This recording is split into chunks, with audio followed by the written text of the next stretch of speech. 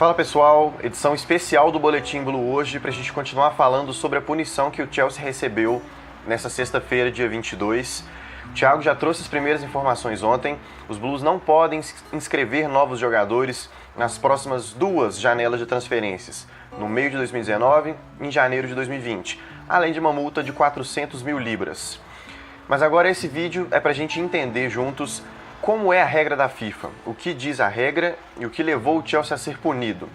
O primeiro ponto é o seguinte: jogadores não nascidos na Inglaterra, estrangeiros com menos de 18 anos, só podem ser contratados caso os pais se mudem para o país destino, ou seja, os pais do jogador teriam que se mudar para a Inglaterra por motivos diferentes do futebol. O Chelsea, por exemplo, não pode trazer o jogador e levar os pais dele junto, só para ele ser contratado. Isso é proibido pela FIFA.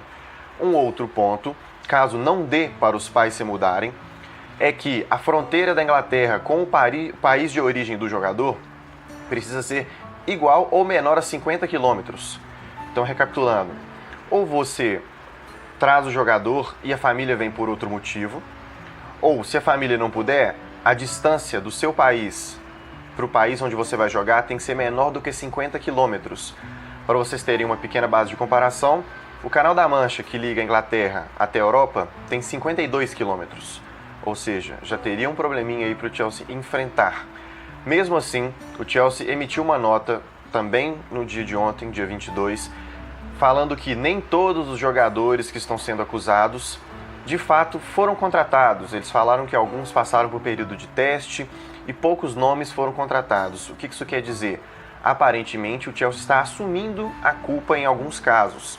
De fato, alguns jogadores estrangeiros menores de 18 anos foram contratados pelo Chelsea sem os pais estarem na Inglaterra e sem respeitar a distância que é colocada pela FIFA. Isso na nota emitida pelo Chelsea. Mesmo assim, o clube falou que vai recorrer no Tribunal Arbitral do Esporte. Enquanto isso, o clube precisa se movimentar, porque há situações não resolvidas, como a do Higuaín, como a do Kovacic, a do Pulisic, que fique claro, ela está resolvida. Pulisic foi registrado como jogador do Chelsea em janeiro, ele só está cumprindo o período de empréstimo, então situação regularizada, não tem problema. O que precisa ser estudado, averiguado, situações específicas de Higuaín e de Kovacic, por causa das questões de empréstimo, como ficaria para efetivação, se é um novo contrato, se é uma renovação automática. A gente vai continuar apurando essas situações, vamos entender melhor caso a caso, o que o Chelsea pode fazer, mas não se preocupem, o Chelsea não vai virar uma creche na temporada que vem, não vai ser só jovem jogador, a situação não é essa. Barcelona, Atlético e Real Madrid já passaram por essa situação e mantiveram elencos competitivos, é bom a gente ressaltar isso. E um outro ponto, possivelmente Maurício Sarri será mantido no clube. Por quê? Não por intenção do clube, mas porque é muito difícil contratar um treinador.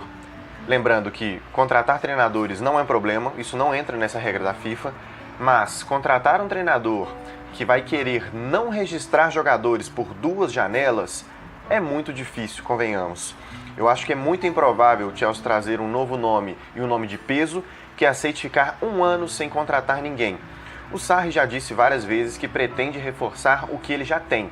Ele quer trabalhar as virtudes do elenco atual sem focar em grandes contratações. Isso pode ser um fator que pese na manutenção do italiano no comando do Chelsea.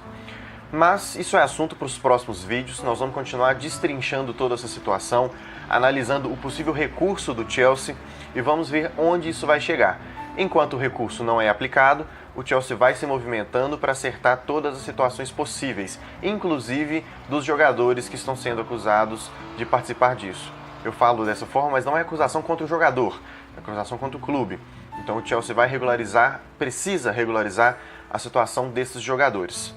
E pessoal, saindo um pouco desse foco, tem pré-jogo ainda hoje. Vale lembrar, amanhã tem a final da Copa da Liga.